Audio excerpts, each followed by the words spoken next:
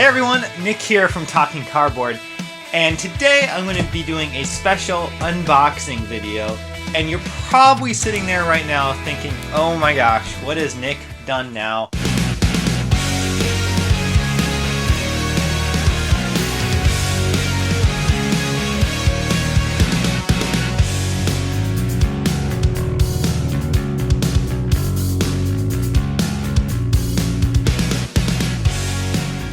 And if you're not thinking that, then great. But that's definitely what my fiance was thinking when she saw this show up on her front doorstep the other day. And that's right. I have decided to go ahead and get a collector's edition of the Battle of Five Armies board game from Armies Games. And, just to kind of provide some background as to what led me to making this crazy, irrational decision. I already had the War of the Ring game from Armies Game in my collection, the second edition. And I've had the opportunity to actually play that game, more or less play it. I got through like half a game of it, but I was definitely very impressed with the design of that game. If anything, I felt bad that I didn't have the collector's edition of the War of the Ring game, and because it was one of those games that it's like, if I had a collector's edition of one game, this might be the type of game that I'd want a collector's edition of, with painted minis and all that jazz. And I already had the second edition, though, the standard second edition, so I had absolutely no interest of trying to track down a reasonably priced collector's edition for the War of the Ring game. Well, a couple years ago, I saw there was an announcement that the Battle of Five Armies was going to have its own collector's edition printed, and I don't think I by any means pre-ordered that right away when the announcement was made. It probably was many months later that I started thinking about it and realizing, this type of thing might not ever come around again. It is supposed to be a limited edition type item, and I always think that when I hear limited edition that, well, eventually they'll still print more of that type of whatever it is. But just looking at history, I don't think they ever did reprint collector's edition copies of the War of the Ring game. So I decided that, well, I'll just put my name down on the wait list and see what happens. If I don't get the opportunity to get a copy, great. Or I wouldn't be bothered by it. But if I do get the opportunity, then maybe I will pull the trigger.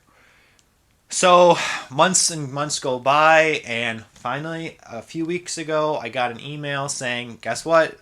We have some extra copies laying around. You have the opportunity now to pre-order or get your own copy of the War of the Ring Collector's Edition. And I couldn't help myself. I made one post to the Board Game Geek for the War of the Ring, just to ask or not War of the Ring, Battle of Five Armies. I've been saying War of the Ring this whole time. I mean to say Battle of Five Armies. I made a post to the Battle of Five Armies Board Game Geek page, trying to get a feeling of if it would be worth getting or not. And I'll just come out and say this was $380. And I think that was more than maybe what it would have been if I backed it right away or pre-ordered it right away. I think they may have increased it a little bit.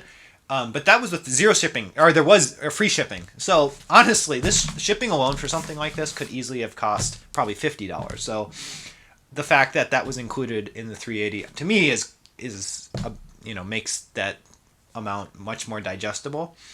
And when you think about what you're getting, it actually does meet the value of what you're paying, because all the minis in this are supposed to be hand painted, and a hand painted mini, one mini, that's probably worth a few bucks, right? So right there, the minis themselves you could argue are worth the price of the game, let alone the fact that you're still getting a complete game. Fast forward to now, I finally am getting it to the table and decided I can't just unbox this by myself. I need to unbox this for an audience, because I would be remiss if I didn't have a few others enjoy this moment with me. Because in a way, it's been a long time coming. I don't know exactly when I put myself on the wait list for this game, but the other thing I need to talk about is the game itself. And the fact that I've been interested in this game for definitely many years. Not necessarily the collector's edition, but the game itself, Battle of Five Armies. I've been interested in for many years when I first heard about it. And again, I did get the War of the Ring. I don't know if I was deciding between the two of them when I got War of the Ring. I probably got, if that was the case, I can imagine I got War of the Ring because I felt it was the more complete Lord of the Rings experience, and that someday I would get Battle of Five Armies. I just didn't need it at that moment. But this game is supposed to use a similar dice system that War of the Ring uses, but it also has more of a tactical feel. You know, this is a game simulating a battle from the Lord of the Rings, or the Hobbit trilogy, I guess, specifically. Whereas, of course, War of the Ring is simulating the full strategic campaign of the books. So it's a little different scope, but using a similar mechanic system. And it's definitely a different game from the video. And I have watched a few review videos of this game. And so it's not like I took a chance on this. I already felt pretty confident that this is a game that I would enjoy myself. And then the real problem will be trying to find someone else to play it with me, as is the challenge with any competitive game that I own. But again, this is something that it's a collector's item, you know, and therefore I felt that it made sense for me to go ahead and get it. So the one thing that I'm wondering at the back of my mind is, will they ever do a Battle of Five Armies style game for any of the other major battles in the Lord of the Rings / Hobbit books? And the first that comes to mind, of course, is Helm's Deep. I would love to play a board game that simulates Helm's Deep.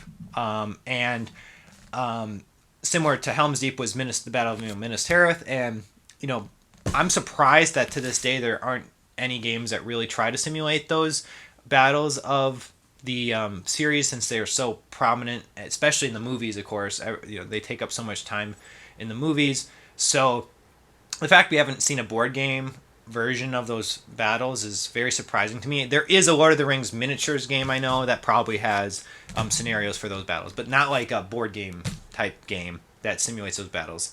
But there is the Battle of Five Armies, a board game for that. So, but I could see this system probably, or a similar system, being implemented in a game for Battle of Helm's Deep or Minas Tirith.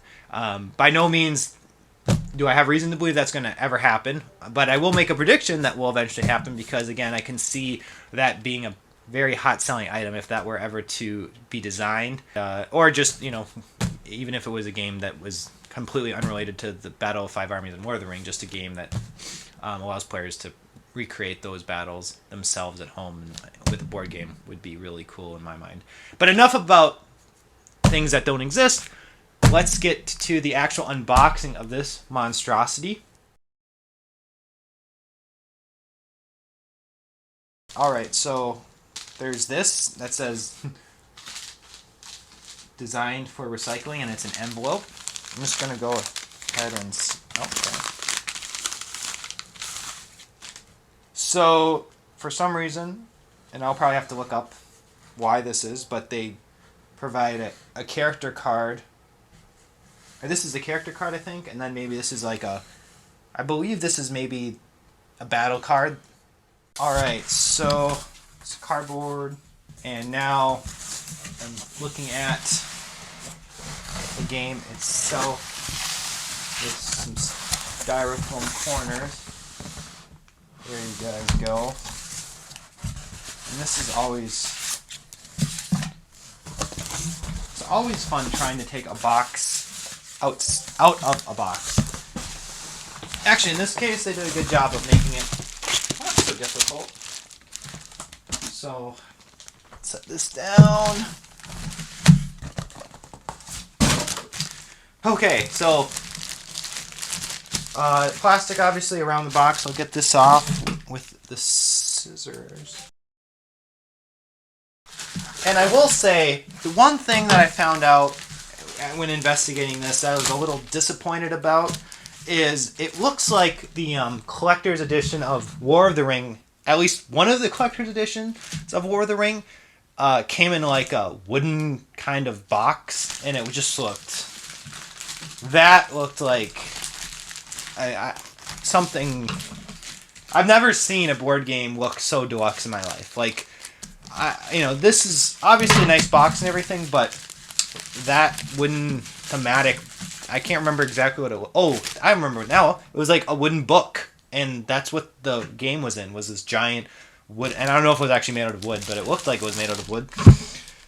And so I was like, oh, that's not what this game's going to come in. And that kind of disappointed me a little bit, but at the end of the day, this is still, you're still getting a lot of premium content in this collector's edition. Now I'm trying to figure out how you open up the box. So it's kind of got this like fabric feel to the outside, which is definitely still very nice. I don't have a game that has a box with this like kind of fabric type exterior feel to it, so that's really cool. Even if it's not a wooden looking book. And there you have the cover. And it's a nice thick box cover. But I'll set this to the side for now. And it looks like then this flips open. Okay, that's cool. It feels like it seems like there's magnets that keep this flap down. And it kind of just flips open like that. And looks like there's 4 different levels of trays in this. We'll go one by one, I guess. Oh, and in between the trays, there's counter sheets. Okay, so first tray looks like we have the collector game rules. So this is a rule book, and then the cards that you would play the game with. Now, let's take out the rule book. So this is very collector edition looking. Like, obviously, you never get a hardbound, hardcover rule book for a game. So that alone is really cool. I already enjoy reading rules enough. Like, a game doesn't need to tempt me further to read its rules by putting the rules in a nice hardcover book. So now I have my night's reading for the foreseeable future. So this is really cool. Definitely. 10 out of 10 on that alone. It looks like and then these look like reference sheets. Yeah, these are reference sheets for the game. Now, I unfortunately don't have a good reference point since I never played the regular version of Battle of 5 Armies. The quality of these reference sheets is essentially paper. Like, they definitely feel like you could rip them. At the same time, they do feel a little thicker it's definitely thicker than regular paper. But I can't say that these would be considered collector edition quality to me. They may be the same type of reference sheets that come in the normal game. And then some counter sheets here. Now these, I'm 95% certain, are the same quality that you would get in a regular copy of the game. And I'll say I was a little disappointed to find out about that too. I did know about this before getting this, so I'm not surprised. If I didn't know that, I would have been disappointed. If I got this collector's edition, didn't really look into it, opened the box and said, oh, these are like normal tokens. Why did I get normal tokens for the collector's edition? I would have probably been kind of pissed off because it's like, give me like plastic tokens, like, or wooden tokens. Why am I getting these same types of regular paper tokens or whatever, cardboard tokens, that you would get in the normal game? But that's just the way this game, the collector's edition is. So, and I knew that before I decided to actually put myself on the wait list, so I'm not going to complain. Okay, an envelope here that says I have certificate of authenticity. That's kind of cool. I have edition 1480 out of 1500. In a way, it seems kind of special to like, oh, cool. I have one of 1500 of something in the world.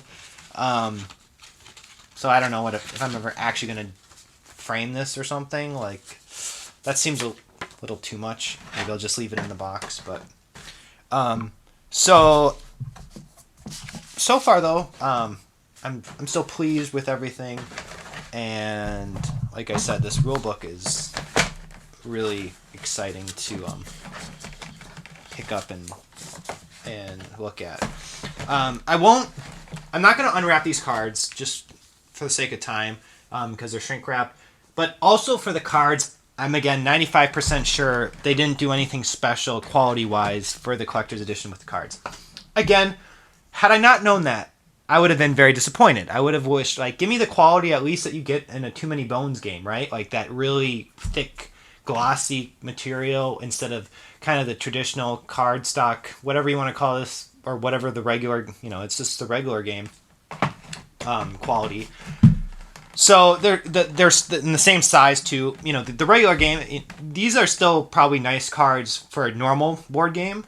So I'm not going to say that they're bad quality themselves, but relative to a collector's, this being the collector's edition, you would, in my mind, expect something a little better. In my mind, if it's a collector's edition, everything should be improved from the normal version, but that's just not the case. So here we have this, I want to say, poster, I guess, of, maybe this is the Thorn dude. I'm not a Lord of the Rings or Hobbit expert, so I feel like maybe I should know who that is. I don't think it's Gimli, but I'm going to say it's the Thorn dude. Anyway, it's a really, this is really thick. It's definitely better than your traditional poster copies or poster quality. So I don't really know what you would do with this. It feels like it's something you would hang up on your wall, and I think I would hang this up on my game room wall.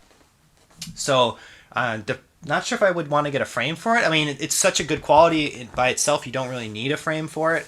But that's cool. And then it gives you, for whatever reason, the layout of all the minis in case, I guess, you forget where they go. Or I don't really understand the purpose of this on the back. Like, honestly, I'd rather just have the back with nothing on it.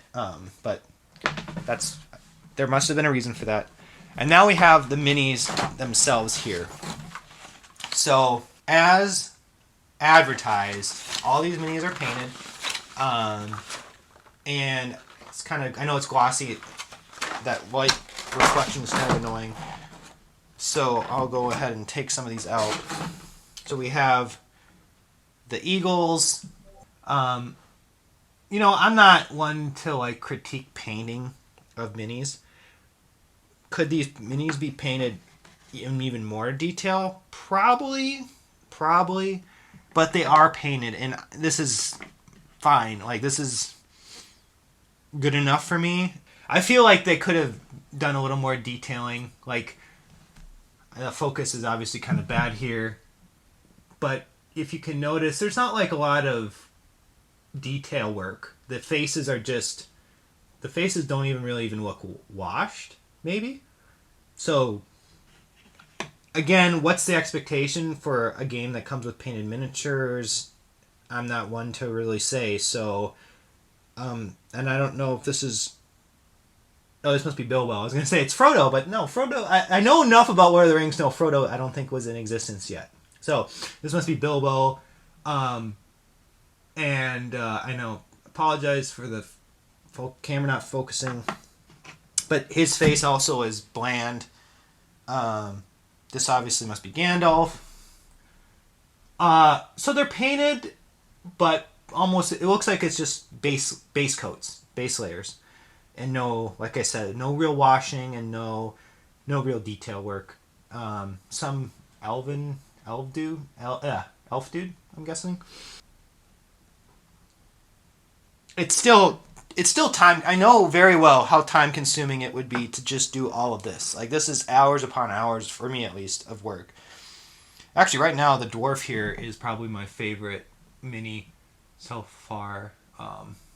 Still not a lot of extra detail, but he just looks really badass. When we get to... Oh, this dwarf I actually like better. I like the axe better than the hammer. So... And let's see, what else haven't I shown? Oh, this bear. Oh, yeah, one of the guys I know turns into a bear. One of the good guys can turn into a bear, I think. So, this is his Animorph bear mode dude. This mini's pretty cool. I mean, again, the paintwork's not, ridiculously good, but it's good enough, and Well, good enough for me at least. And then there's like these look like kind of the standard grunts for the dwarf army, and then you have like a regular elf soldier there. There we go. That's kind of decent focusing. Overall, and then also included in this tray is the dice. And once again, the dice are nothing. I think these are the standard dice. They feel pretty light. They don't feel like anything special. Could they have given you like metal die? You know, something again that has that collector's edition feel. In my mind, why not? Like, this was $380. Like, this was not cheap, and it's a collector's edition. So it's not like they're planning to make another collector's edition. So if they're going to make a collector's, I would have rather paid than whatever extra it would have cost just to get metal dice and improved other components. But again, I knew all this pretty much going into getting this, so I can't. I'm not complaining. I'm just giving my thoughts on that aspect of this collector's edition. Another poster type board, and then once again the layout of the minis, and I think maybe that's supposed to help you put them back into the box appropriately, which is nice. I was complaining earlier that I would have rather wanted these sides blank, but now I realize that once I start playing this game and taking it all out and putting it back, having a guide to where everything should go will probably come in handy. And then another full tray of minis. This time it's the bad guys, so the orcs and goblins and trolls. Oh my! I don't know if these are wargs that the guys are riding, but that's a cool mini. Goblin, you know, the same quality of paint job. Essentially just the base coats. Nothing crazy in detail. This guy's pretty badass looking.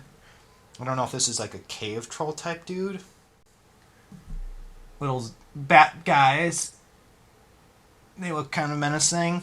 And then this must be one of the enemy leaders. Not sure the name of the important bad guys in Battle of Five Armies. But and then you have these troops. Probably this is like looks like a standard soldier mini for the orcs or goblins. This guy's got this is kind of a cool armor set on this goblin. He's got the shield and the sword and the helmet. So again, I mean, there's tons of time put into painting these, and I'm not actually that bothered by the fact that the paint jobs are on the simpler side. And then again, the bad guy dice, same quality as the good guy dice, which obviously would be expected. And there's looks like one more tray of components. And another poster board, this time of the bear guy. I really should have researched the names of everything. So I'm sorry for all you Lord of the Rings fans that are like fuming right now that I am not saying the right names for everything. But this time the backside's like just a printout of the actual map board. And maybe this is, I don't really know the purpose of this one, of why they would give me that. But then that leaves then the final layer being looks like it's just the map board itself.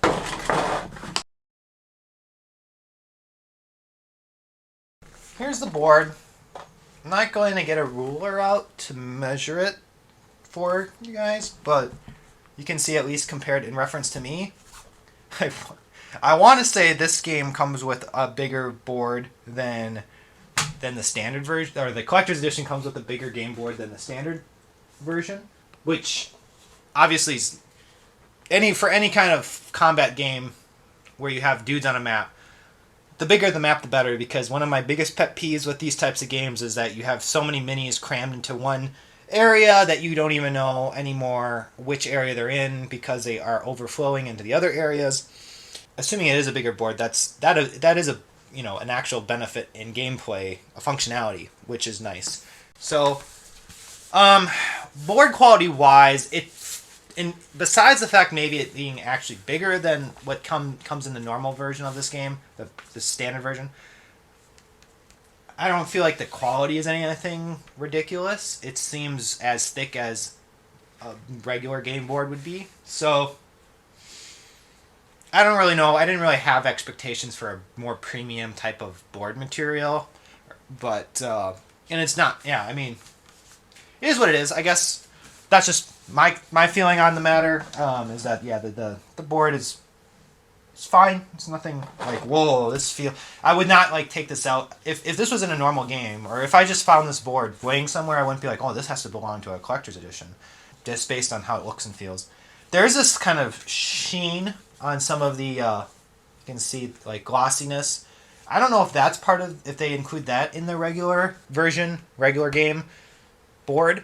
So if not, that might be another thing that makes this the collector's edition stand out a little more. And that's definitely a feature that it's definitely an aspect of the board that does pop out, and I do enjoy the aesthetic that provides the board. Also, now at the bottom, underneath the game board, were these baggies. I'm going to assume tokens and or the dice are put in these baggies and for random draws of stuff. And I could imagine that you maybe don't get baggies in the normal game. And the baggie quality themselves is it's a fabric. It's not by no means are these cheap baggies or cheap feeling baggies. So those were under the board. I'll put these back. Overall, I'm pleased with everything. I really didn't have significant expectations of any kind, and at the end of the day, I'm just glad that it isn't damaged or anything. Everything looks fine, because I can imagine shipping something like this, something this big could easily get damaged while it's being transported. So happy to see that it looks like everything is totally fine in that regard. And at the end of the day, having a full game with this many minis and all of them being painted is going to be a pleasure to actually play. But that is kind of what you're getting. You're just getting the game with painted minis. And this box is way bigger than what the normal box is going to be. And yeah, I guess you could say you kind of get an organization solution here too. Because there were areas for the tokens in the second tray. So once you punch out the cardboard tokens, it looks like there's definitely places you're supposed to put them, which is nice, of course, and definitely for a game of this size will definitely improve actually playing the game. And that's kind of one thing that I feel is a functional benefit of this collector's edition, is that the fact everything kind of comes organized will make it easier to hopefully get to the table, because you won't have to sift through all the different units in baggies or however you otherwise would organize this game. And the fact that the minis are painted, it will help probably identify some of the minis too when they're on the table. So there is besides just it's more aesthetically pleasing, there are aspects in my mind of the collector's edition that might make it worth that provide a little value, just besides the fact that you're paying extra for how the game looks. But with that said, it's hard for me to right now I don't know what the future is going to be for this collector's edition. If this is something, like I said, they would ever actually reprint. The point of the collector's edition, like I said, I think is to not ever reprint these. So I would not necessarily recommend going out and trying to get a copy that was more than what I paid for it. Although I'm sure there's going to be people trying to make a buck on getting these collector's editions and then selling them for way more than what they were paid for. So with that said, again, I bought mine for $380. That was the waitlist price. If you go out, if you're seeing any for way more than that, know that they probably paid what I paid or less. But if you see anything less than 380, then that's a good deal. Then definitely get it and make sure that there's nothing wrong with it, I guess would be my words of caution if you really wanted it and saw one of these for less than 380. Or, make sure it's not a pirated version of the game, or, a knockoff or a black market version of the game. So with that said, thanks guys for joining me on this journey of opening up my my collector's edition of the Battle of 5 Armies. I now, of course, hope to get it to the table sooner than later. I'm going to keep my fingers crossed that it's sooner. And I didn't really talk about the game itself, but it's essentially area control game, where one side's the good guys, the elves, and I think the elves and the dwarves, and the other side's the trolls, orcs, and goblins, I think, and that's why there's 5. Those are the 5 armies, or trolls, goblins, orcs, yeah, right. And there's a victory track. There's kind of a time element to this game, in my mind, similar to Star Wars Rebellion, where the good side is just trying to buy time and preventing the enemy from controlling various objectives on the board. And if the good guys can delay the bad guys long enough, then the good guys win. So that's the game in the nutshell. Obviously, it's a little more complicated than that. So I don't know if I'll ever do like a playthrough video review of this game, but there's definitely videos like that out there. So check them out. And with that said, I did hear they are planning to reprint the base game. So I think the base game, or the normal, I should say, not base, but the standard version of this game is out of print, or was out of print, and maybe sold out through your regular channels of buying board games. And Armies Games, I believe, recently announced they're going to be reprinting the normal version of this game later this year, I want to say. So keep that in mind. And one other thing that I didn't comment on is this game came with some components that are meant to be used in the War of the Ring game. And actually, they're supposed to, I didn't read through it yet, but there's supposed to be rules in this game that will tell you, depending on how the results of this game, what the results of this game are, that being like the good side wins or the bad side wins, that will then impact some of the starting positions of the War of the Ring game. Which I think is a really, really cool idea in itself. Like, that's something you don't really see games do at all. Like, of course, there's expansions to games all the time.